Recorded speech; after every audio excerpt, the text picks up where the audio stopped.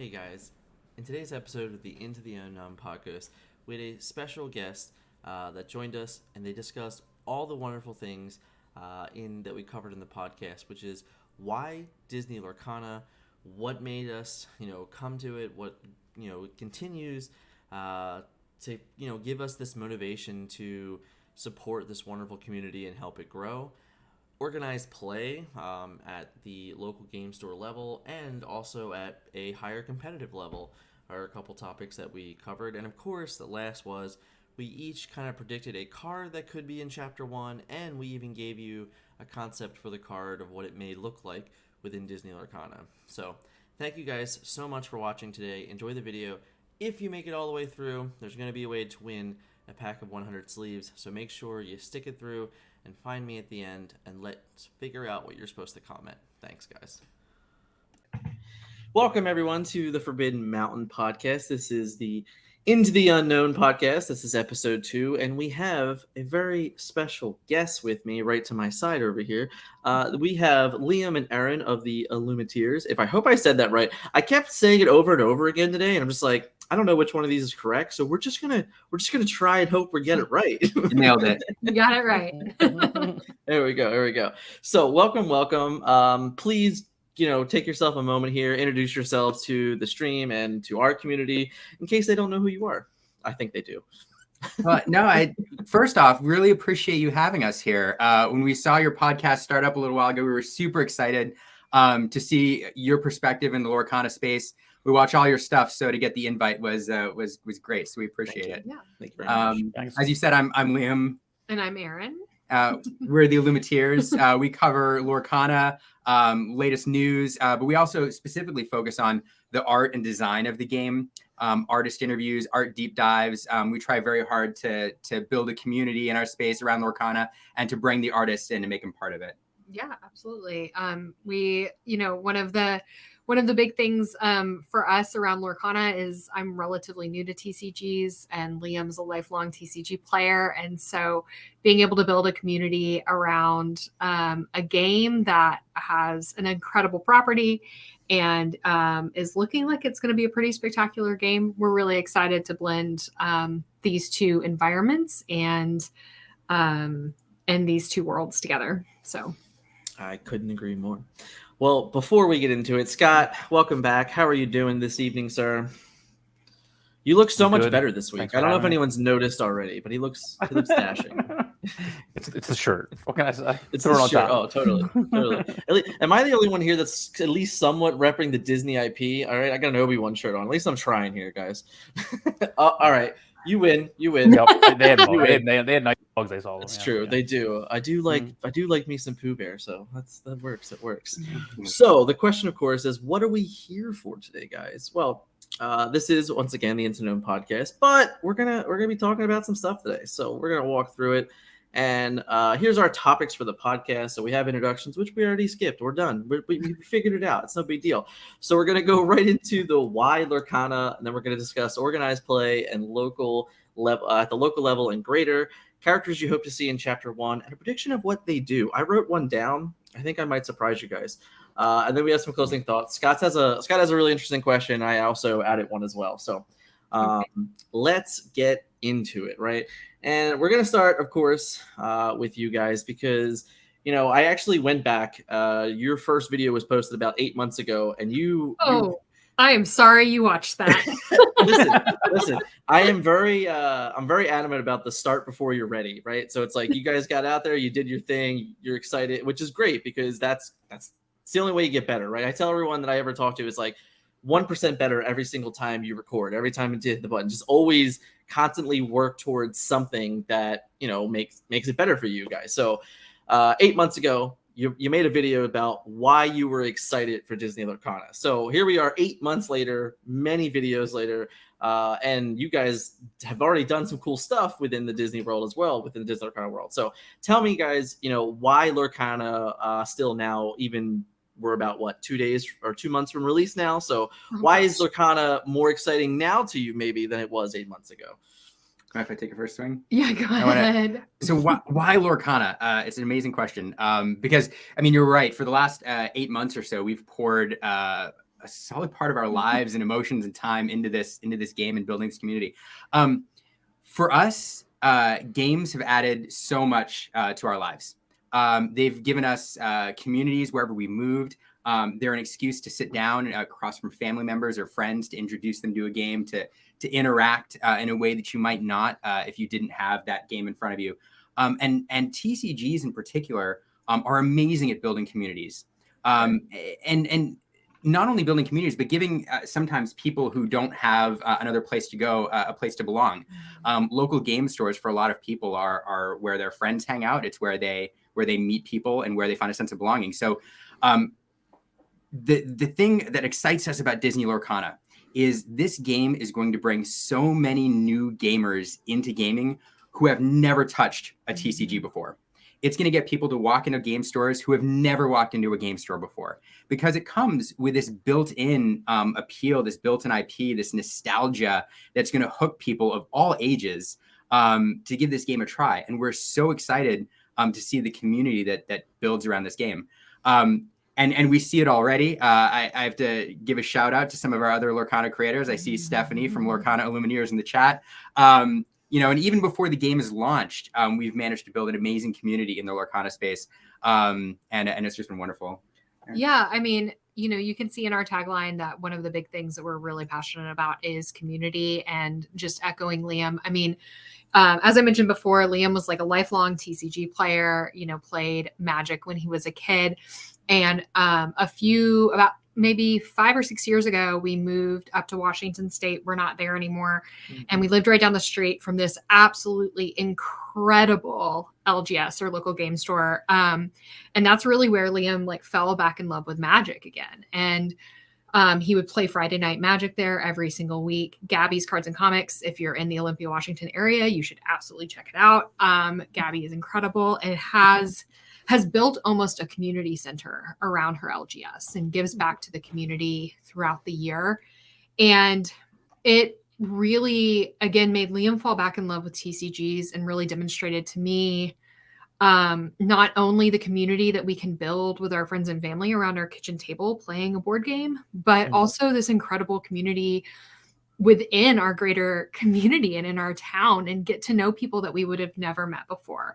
Right. And so partnering that sense of home and belonging that a lot of LGSs can create with this amazing Disney property, and people who might not touch a board game. One of my best friends is not into board games at all. She will tolerate us trying to get her in to play Villainous or something, but it's because it's Villainous. It's because it's Disney, and she wants to engage in these characters she grew up with and she loves in a new and unique way. And so I think that Lorcana is just really poised to be able to bring those two sides together. And I think that that's why we are so excited for this game. Yeah, it's really funny. I wrote down my answer, and it was very close to the same thing. It's I grew up with these characters. I grew up, and now I'm a dad of 2 children, and yes, we watch the new Disney movies come out, but truthfully, my wife and me like them more than they do. But that's besides the point. But the point is it's really cool to take these characters that you love and enjoy and now experience them in an entirely different direction, entirely different way. And this is just the very beginning. I mean, we already know there's 7 sets of this, in production, etc., that you're going to have the next 2.5 years already guaranteed of exploring or re-exploring and reimagining these characters, which is really cool. So, Scott, how about you? Why we didn't really get into this last week. So why Lorcana? Why is it really stuck out to you? And what are you excited about for the game? I actually, there was a time during COVID and all that where I didn't think I was ever going to play paper TCG ever again. Facts. Where I had basically said, no, it's all digital for me from now on. And it's really the strong IP, and I'm probably a little older than you guys, so I'm more of the 90s cartoons that into those movies. But for me, it's about a TCG that I think is just going to have staying power based on its IP and based on its community. So I have a lot of fear that I think this is going to go away pretty soon. So I mean, I've played a lot of games that some have lasted longer than others, and I didn't want to get my heart broken again, but I don't think that's gonna happen here based on what I've seen so far. I don't have a lot of experience with the company, but I think that they've hired some good people. So I just have a lot of confidence in what they're doing and how they're doing it. I don't see a lot of early fears about missteps or anything like that. I think they're handling it pretty well, and I know they've done well with their properties and other equivalent Disney the property with Villainous and things like that. So I have a lot of faith in the company and in the way that they're handling things. So I just have a lot of faith that it's going to continue, and I'm just looking for another outlet for us to play. Yeah. Yeah. Can't agree more. Something you said about the faith in the company. Dan, when you asked the question, you asked why Lorcana then, and then you said you asked us why still Lorcana. Mm-hmm. And I want to address that second part, because why still Lorcana, and it ties to something you said, Scott. We've been really fortunate on our content creator journey, so far to have gotten to interact with the Ravensburger team several times, both in their office in Seattle and then at a couple conventions, and feel really lucky. Highlights, of our content creation career, but you never leave an interaction with them without this feeling that they are super committed to this game and making something that's going to be around for the long haul. You see it in how they approach the art, all original art. You see it in how they interact with game stores, with their plans for the future, with just their passion for the material. We do see a lot of card games come and go, and we've all seen our share of them. It was big surge in the 90s, and then we had some, it was quiet for a while, and now we have this big surge again. But Ravensburger is a 140-year-old company who is taking their first dive into this, and there's a reason they've never done it before. They're not into quick cash grabs. They're into making quality products, and they took their time. They did their research. They hired the right people, and they are doing everything right to make this a great game. Last thing else, the last time we met them, I interacted a little bit with their head of global. I won't say who. I interacted with an individual who said, man, I would love to be beating Magic one day. And it was not that but that's where his head's at. He knows it's a long shot, but the fact that he's even in his head saying one day I would like to compete with this big game, that's the mentality they're bringing to this. Well, and they embrace that mentality as well of community building as well. You see it in a lot of the materials that they're putting out, and I think we'll talk a little bit more about organized play later and how they're approaching that. But what I do love as well, when we did have a chance to meet them up in Seattle, we got to meet a lot of the playtesters as well. And what was so cool is so many of them used to hang out at this LGS in Tacoma, Washington. They were a group that would get together and play, and they got linked up with Ravensburger. They knew some folks there, and that's for them a lot of how their journey started with Ravensburger and becoming these playtesters. So these are people who they're gamers, and they love that atmosphere. So you just can tell their heart's in the right spot. Yeah. That's fair. Awesome. That sounds wonderful. You instantly made me jealous. So thanks for that. It's really cool though. Yeah, Gen Con. We're definitely excited. We're looking forward to it. There's no doubt about it. But yeah, that's really cool to hear. It's also not shocking to hear. I listened. I believe it was you that may have posted the unlisted version of the expo. I think that was you that you posted that, right? So I listened to that whole thing, and even just listening firsthand and hearing the way he viewed and the way he was answering question, which also made me laugh a whole bunch. He's just no future things whatsoever, and people kept asking, guys, he said I'm not going to answer them. You gotta try. That's fair. He's a funny guy, Ryan Miller. But it was really cool to hear it, and it's exciting that you're bringing that already. It's nope, you were confident before you even were in the room. Now that you were in the room, you're oh, this is just knocking it out of the park, which is really exciting for me to hear, because I definitely, we've interacted with designers and game creators before in the past with some of the games that we played, and we've experienced that same level of excitement. So to hear it again already, it definitely, it's good for everybody in the room to know that, like, listen, like, we're getting involved with something that they truly believe in, to the point where, like you said, they're ready to compete with the biggest of the biggest within the industry, which is really awesome. Yeah, and to watch Steve like teach people how to play the game at Gamma, like when you watch that footage from the game nights, it's like watching a 15-year-old kid like teach his friends how to play the game. Like he's just truly that passionate about it. It's so incredible.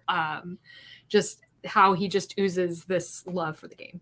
Yeah, I mean, and let's be honest, like, you gotta love it, right? You know, like, it's, some people definitely design out of like the aspect of they're good at doing it, but like, to me, for like, you gotta love what you're doing, you know, and that's with just about everything. But like, for this type of experience that you're creating, and you're honestly delivering to probably more people than he even imagined when he started, you gotta love it. So it's really cool to hear that.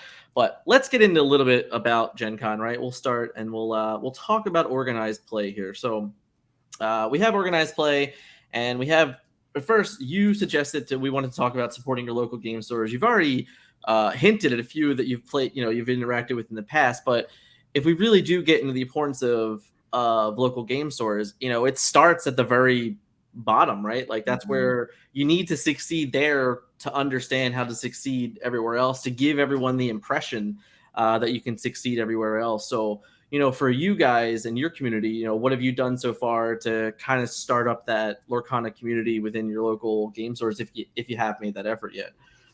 Oh, I mean, we've done our best. We're lucky in Austin here. We have a pretty robust network of game stores. Some of them lean more into TCG, some of them don't.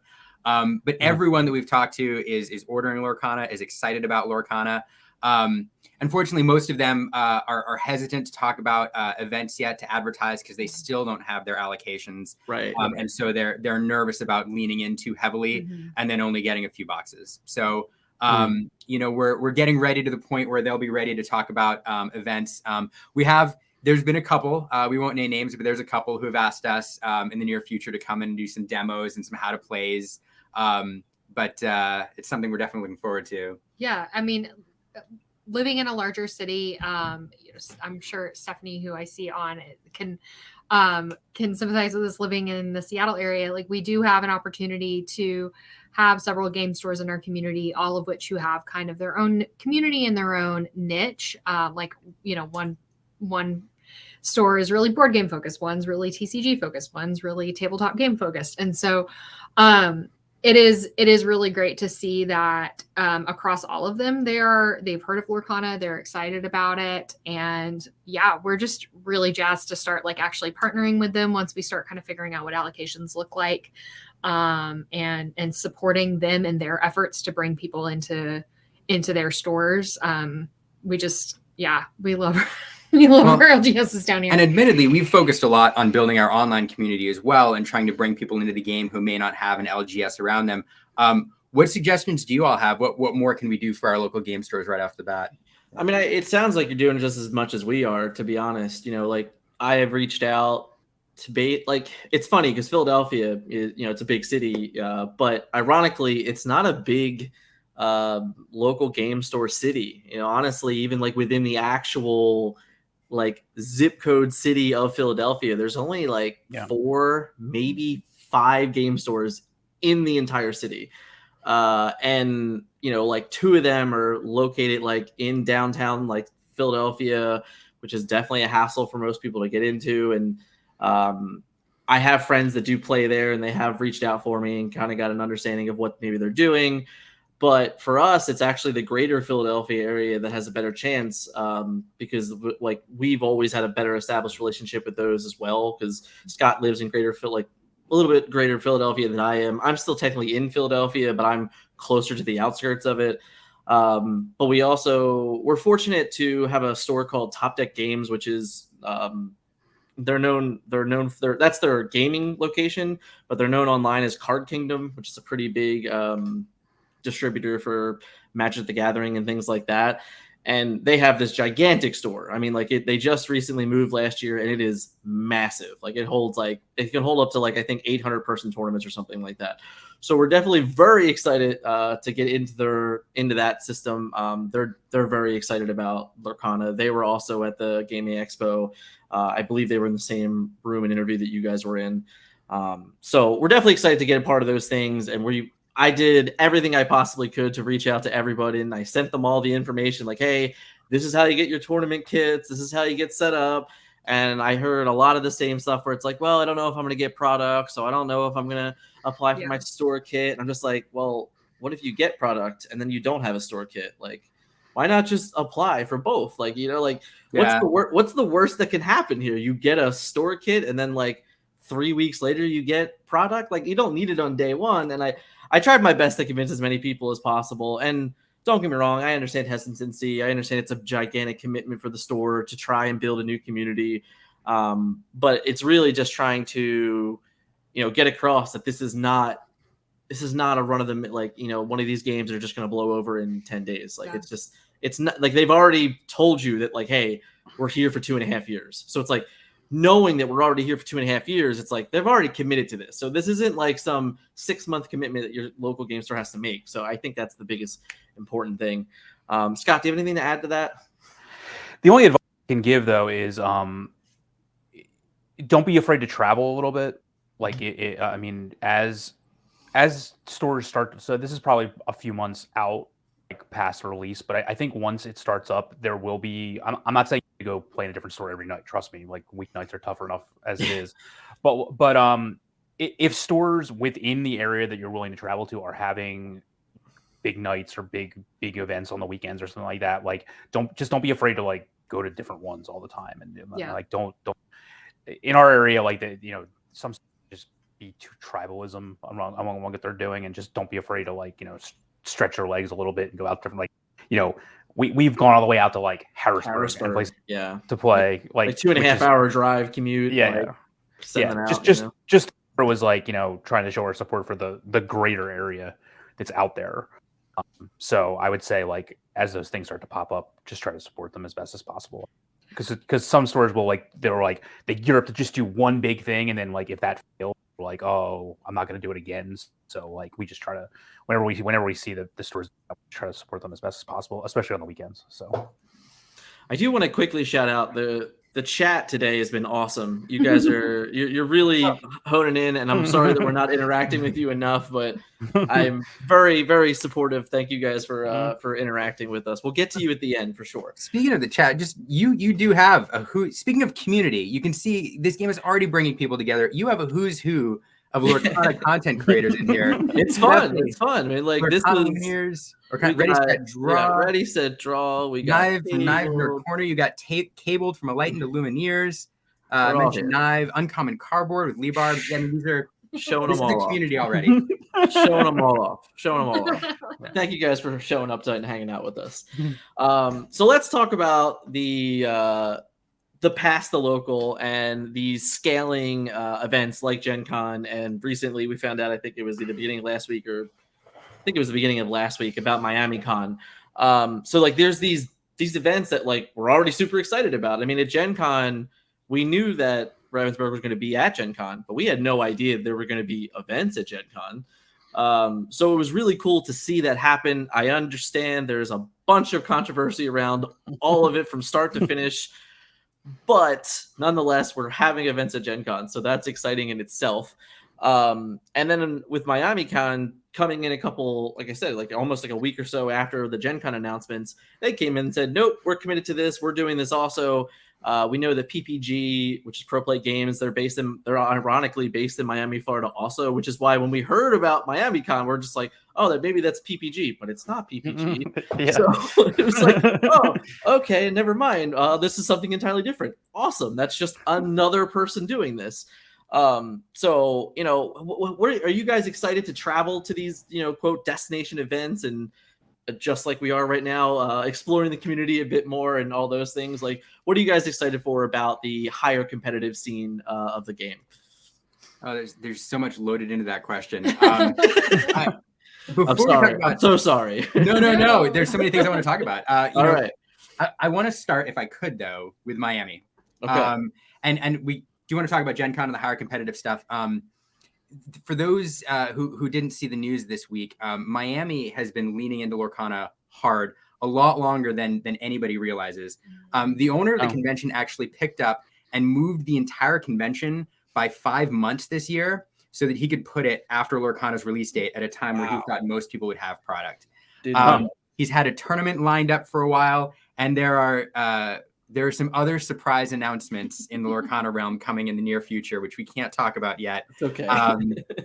But we're very excited for that event, and we are super excited to travel. And I think it's going to be I think it will be like the first big Lorcana-oriented convention after release. That's not Gen Con. Yeah. Well, so we're super excited about Gen Con's still before release, so that is true. Technically, yes. That is true. It doesn't count. Release-ish, soft release. Kind of. I mean, it basically, like, by the end of that weekend, we'll know every card in the set. Yeah, I was going to say, it basically is release. I mean, there's going to be enough booster packs open. We'll know the whole set for sure. Yeah. Right. And it'll be a neat test to see, in the immediate aftermath of the game coming out, what kind of a draw Lorcana will be. And whether or not people show up, to that convention and, mostly for Magic or Pokemon, or whether Lorcana does have a huge dedicated fan base there who's willing to travel. Are you talking about Miami? Miami, I'm sorry. Miami, not Gen Con. I was like, Miami. Going back. Because, and from what I've seen, it was interesting. As soon as they announced it, you saw this flood of Lorcana content creators jump on board and say they were excited to go. So I think it bodes well. We are excited about that. Yeah, we're super jazzed. We need to get our hotel room booked. Yeah. That's a good point. Yeah, that's actually a really good point. Now I said it, like, now all of y'all are going to jump on right after this. All 10 of us are like, shit, we got to book that. Everybody's right now trying to get in. Leave one for us. As far as competitive events go, though, what is neat about Miami too is they announced that right on the heels of the Ravensburger team saying in an event in France that they're not going to do first party high level competitive events for about a year. And there was an interesting, I'm sure you all saw it. There was an interesting moment in the Lorcana community where people were a little disappointed because they were looking for, there's a lot of people who enjoy the competitive scene. And then shortly afterwards, we realized after Miami made this announcement, and then Ravensburger came in and clarified a little later that what they're talking about is just, maybe nationals or some high level, organized event that they're gonna allow the community to build up first before they do that. So what was great about Miami is it made us realize that we are going to see competitive events. They may be third party, they may be run by Star City Games or other companies, but there will be plenty of space for competitive play. But I have to take a moment because I'm going to speak this into reality.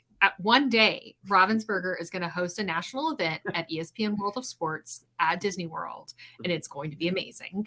That is, I have to say it enough to speak it into the universe, put those vibes out there, and then hopefully one day. As great as that sound, I hope it doesn't happen because that means I got to bring my whole family to Disney World in the middle of whenever, and that's just a bad option. All right, I can't focus on high level competitive with my whole family there. It doesn't work. That's where Magic used to have its nationals back. Yeah. Oh, see, look. I should know that. I don't know. World of Sports. So it's a cool place. It's a cool place to play. It reminds me of of the wrestling game Raw Deal, that when you won Raw Deal, you got tickets to WrestleMania. That's kind of what it's like, kind of the same thing. It's like, oh, well, if you win, maybe you get tickets to Disney World. This sounds awesome. Well, or they could have a collab with Disney, and all the princesses could be at. Are they our judges? Are the judges? Here we go. It'd be awesome. One day. Pipe dream. Okay, sorry. I love it. No, I love it. That's great.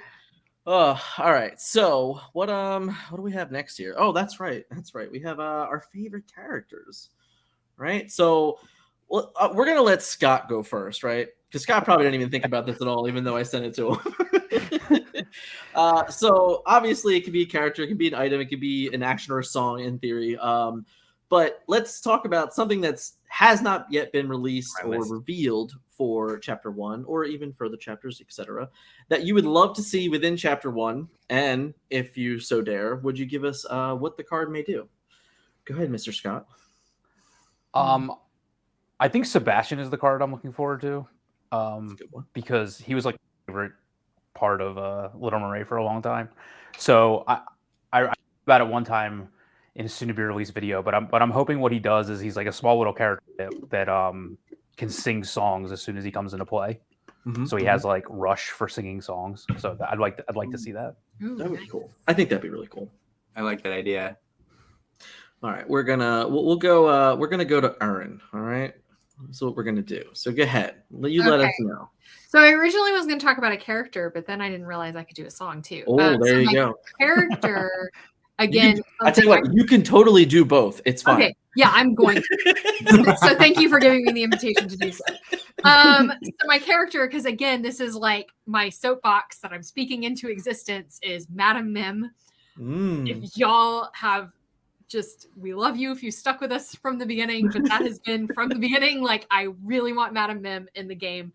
I love her so much. I think she would be an awesome shift character because there are just so many options there. And so, yeah, Madam Mim. I like it. Gonna happen. And we've started to see Sword in the Stone stuff. So That's true. hopefully possible. For a song, Liam and I actually made a list. So we're both looking down at our list, and I might steal what he was going to say. I love it. But the I song wrote a that list I think too. would be super cool is Once Upon a Dream. And you would get to tutor for a prince. Type in I your like that. I like that. You do a princess too, because it's technically a duet, and he's singing about. It is technically a duet. Yeah. A tutor for a prince or a princess. Yeah, there you go. So that's a song that I think would be super cool. Even though we hope tutors aren't in the game, it'd be. I mean, Yeah. any smart player does not want to tutor in the game. Because that's true. But it's yes. all. Save that for like set 12. Like, let's just get well. But from a flavor perspective, it's so good. Yeah. Oh, it's perfect. I love it. But yeah, don't do that. Let's stay away from it. Yeah. All right. I'm gonna steal your place, Liam. I'm gonna butt in line. All right. So, anyone that has known me, right? What's the name of this podcast? It's the Into the Unknown podcast. I'm a huge Frozen fan, and I need to see me some Anna. She has to exist in the game, and I think I have a bit of an ability for her. I actually want her to have a bodyguard ability, because she is so much about the caring of like her family and her friends, and even like the companions and things like that, that I think that she could actually very well fit as a bodyguard-esque character, even if like it is something silly, like, oh, if you have Elsa in play, she has bodyguard or something like that. I just think it'd be really cool, because you just think of this little itty bitty girl, little bitty itty bitty princess that has bodyguard, and it just makes me giggle to really think about that. So that's my take into what I'm trying to wish into existence. I like that a lot. I like to flavor it. I think it's true to her, like the spirit of her character. I think you nailed it. And initially you think that Kristoff would take that role, but I don't think so. I think Anna is the lead in that relationship. And yeah, I love it. Go ahead, Liam. Take it home for us. Man, well, so I was gonna do Kronk as a bodyguard, but we're gonna get rid of that one. He just shoots off the whole list. Yeah. I'm not gonna do Rapunzel. I'm not gonna do Tafiti. Oh, stop giving away our list. I love it. We're not gonna have any more material. No, if I could do so for character, I'm gonna go with Chip and Dale. I know. Well, they're great. They're classic Disney. They're delightful. The card art would be wonderful. I don't have a specific ability for them. What I think though is that they work better as a pair. Right. So I don't think they're one card. I think they're two cards, and I think to get individually they might be like 2 power, but when they both get into play, perhaps they each augment each other's power, so they're stronger together. I could totally see that. And so I think they have that kind of mechanic. If I could do a song too, just because I love Heffalumps and Woozles. I love it because I love the line, they gobble up the things you prize. And I think Heffalumps and Woozles would be the first time you see an item steal mechanic in the game. So it allows you to take an opponent's item, like Heffalumps love to steal who's honey. That's very fair. It's very fair. Yeah, I think it's crazy. I really would. What do you guys think? Like, so we have 77, 78 cards or something like that. So there's like 130-ish more to go or something around that area. How many songs do you think there will actually be as in compared to just normal actions? Because like we already have 5 or 6 already. So I'm actually curious like how many songs we'll actually get like in chapter 1 or even like per chapter as an example, because they're obviously so unique to the action, concept of the game. So it's like you really don't want to oversaturate it, but it's crazy to think when they're like, man, there's like, I don't know, 300, 400 Disney songs that you can attach yourself to. So Yeah. Yeah, I would say, I mean, I agree. I think that's true. I think they probably released a lot of songs earlier. I mean, I'm thinking about like huge gaps. Like there are not a ton of items in Sapphire, and yet there are 2 Sapphire characters that need items. Yep. So like, I think we're going to see a lot of items come out in Sapphire so that you can actually use them. Well, there's a lot of people out there that hope you're right. Yeah. On the song front, I think we may see more songs than we would normally think. I think within the songs, like subset actions. I'm sorry, go ahead.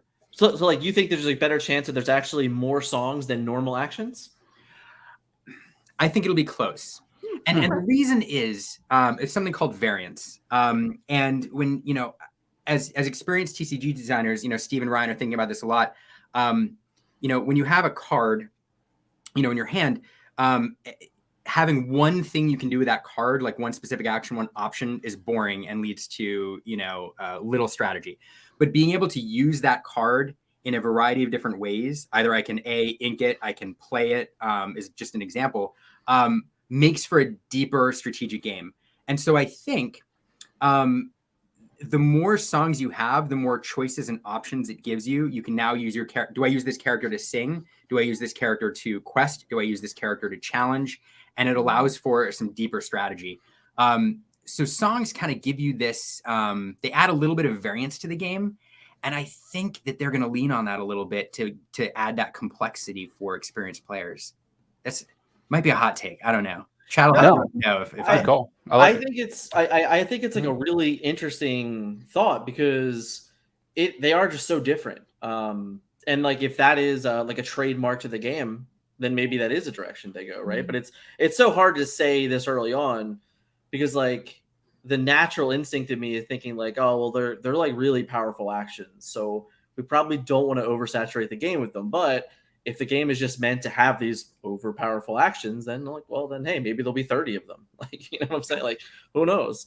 But really interesting thought. I don't know. It's something I've been considering more and more as like what really will be the breakdown of like items and characters and things like that. And the songs are just so different because since there are 2 versions of actions already announced, already spoiled, like it's like, all right, well, like I really do wonder. So, but yeah, I think that's really cool. Anything to add there, Scott? No. Okay, fair enough. Thanks, Scott. I'm just kidding. All right, so we're gonna go into the closing thoughts for this one. We're gonna break it up. So Scott had a really interesting question that he wanted to ask, and honestly, for those of you that are in the chat right now, I wouldn't mind, answering this for you as well, and I'll spotlight it. How do you guys intend to collect Disney Lorcana? So like, and I guess Scott, I'll let you explain a little bit further. Yeah, I mean, I already saying like I'm gonna buy 1 of each card. I want 4 of each card, obviously, for the hardcore gamer types, and then other people are like, well, I want 4 of every foil. I mean, like, it's gonna be super crazy. So I was just curious if you guys have thought about how much you want to collect and how you want to collect Lorcana. I think we're gonna have 2 very different answers for this, but I'll let the collector in the family go first. No, you go first because you probably have better strategy than I do. Well, no, I am a collector. I love the foils. I love the cold foil treatments. So we love art, and for anybody who's watched our channels, we obsess over the art in these cards. And one of the things I love about the foils in this game is that I think I'm willing to bet that they were thinking about the card foiling when they were designing the art for the card. So when you see the foils, it really augments the art, and you see the card in some instances in maybe the way the card was meant to be seen, the way the art was meant to be seen. And Aurora is a good example of this, and there's some others. So I'm gonna have a really hard time not trying to collect 1 of every foil. That's what I want. And then of course on the content creator side, we're gonna need play sets to do play testing and on-camera events. But if it were just me on my own, like 1 of every foil is where I want to be. Yeah, I think I'm good with that. I don't really have to strategize about collecting because my husband does it for me. No, I am not a huge collector, and so I'm sure I'm going to approach this in a similar way to 10-year-old me approach Pokemon, which is like, is it cute? Do I like that? I would like one of those, please. And then of course I'll have like my play deck that is I like use to actually play with. But for like having cards in a binder, I mean, I might have just totally lost like street cred. But yeah, I think for me, it's probably going to be like, do I like this piece of art? And do I want to be able to enjoy this piece of art in person? So, maybe cold foil. And then if there's like an art that isn't foiled, but is just like part of your world or something like that I just absolutely love. Like, it's like, okay, then let's make sure we have a part of your world so that we can enjoy that in person.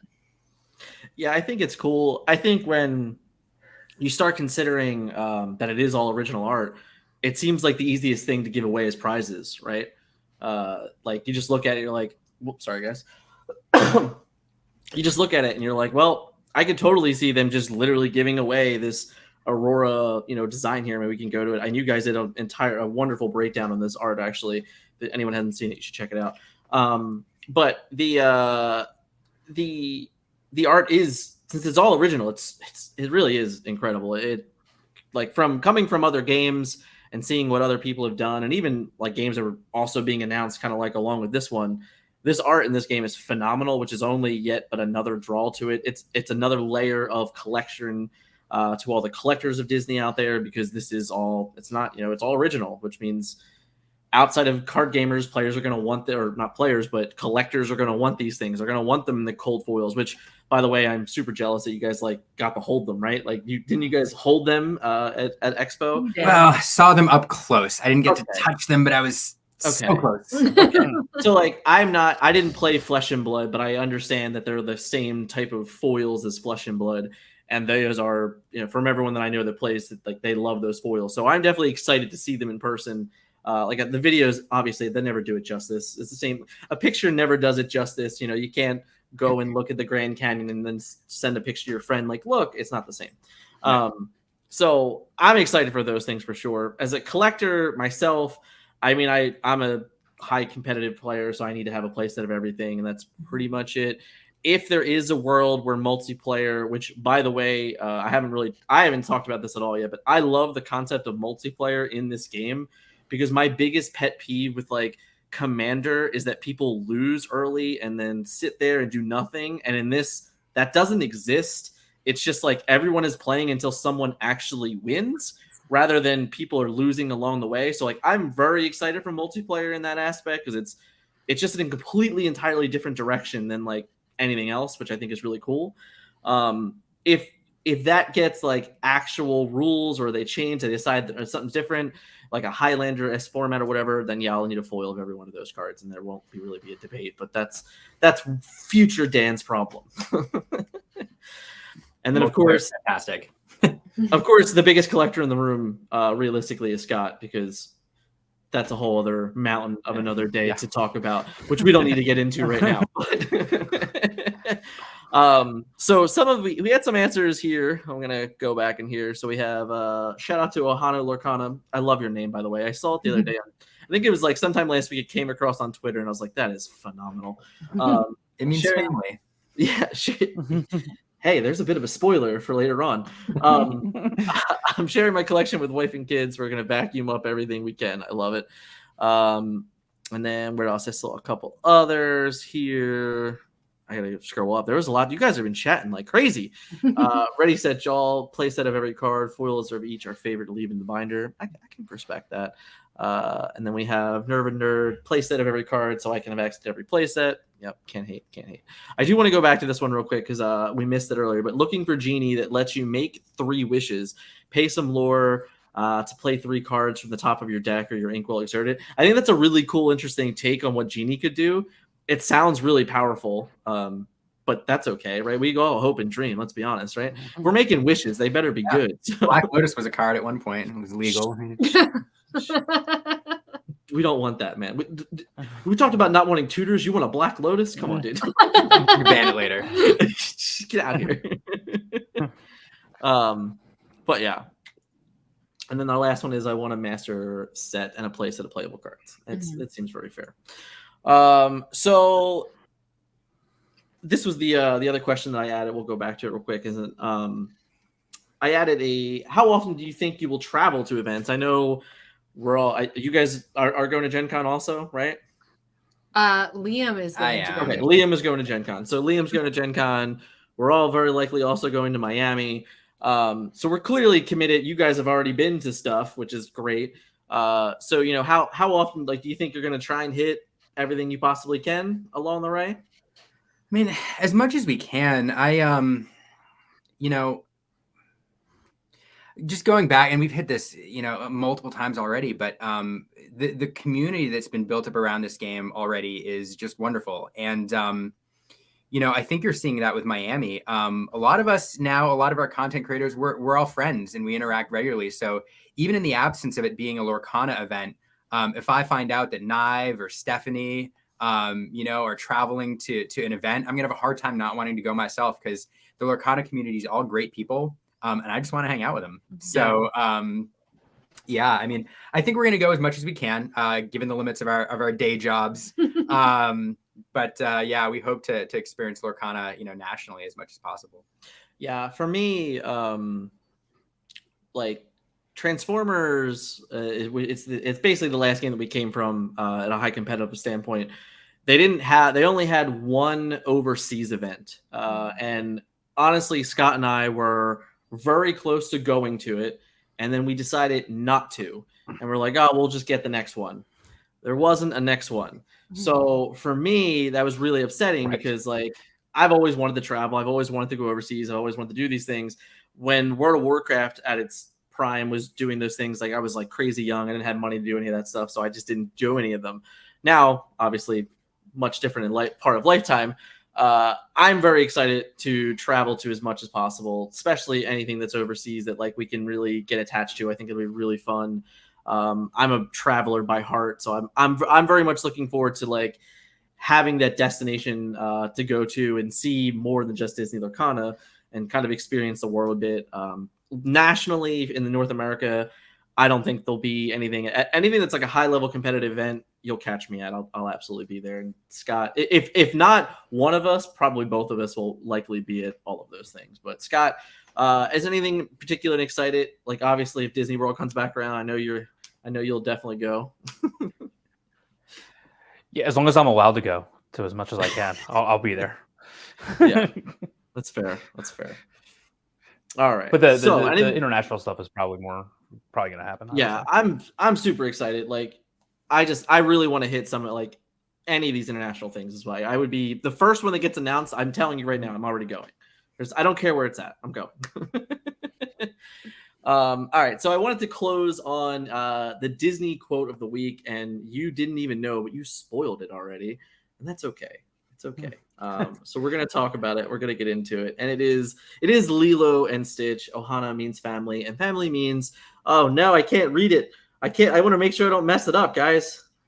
We'll go this way. Ohana means family. Nice. No one gets left behind or forgotten.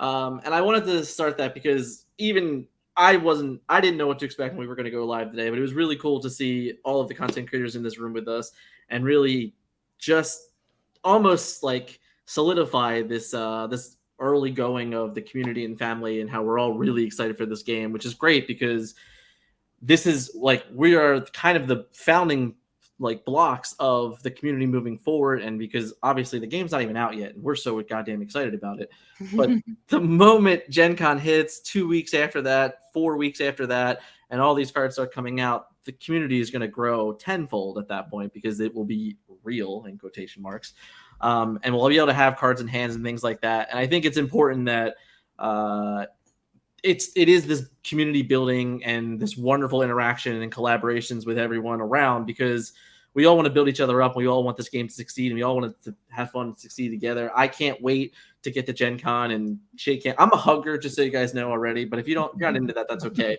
But so like, don't mind me. If you want to hug me, I'm going for it. But handshakes are cool too. Fist bumps, it's fine.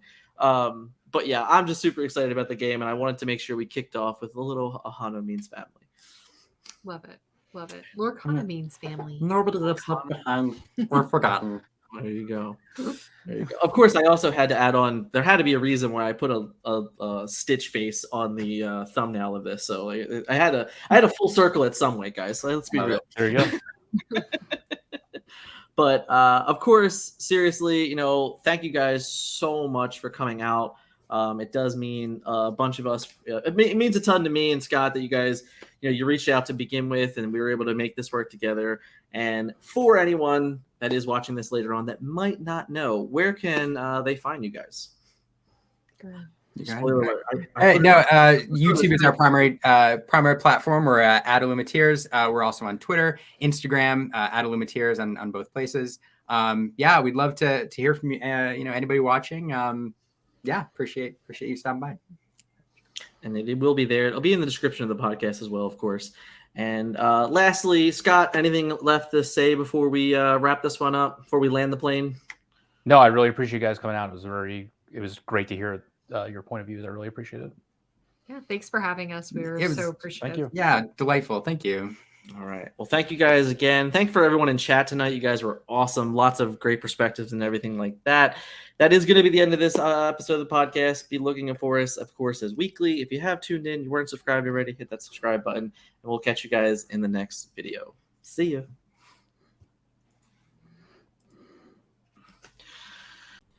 I truly hope you enjoyed today's podcast. We had a wonderful time. Scott and I are both so thankful for Liam and Erin coming on and enjoying the podcast with us. We really hope that they had as much fun as we did, but it was really great to even see all the content creators that joined in on the conversation, and the comments were flowing the entire podcast. I couldn't cover them all, but I really am thankful and grateful for this wonderful community that we have so far. If you made it this far, please comment and let me know your favorite part of this episode of the podcast. Can be whatever, doesn't matter, but comment and let me know, because we really did have a fun time, and I would love to know what you guys found most enjoyable. So thank you so very much. If this is your first time here, hit that subscribe button. Check out our gameplay, or check out our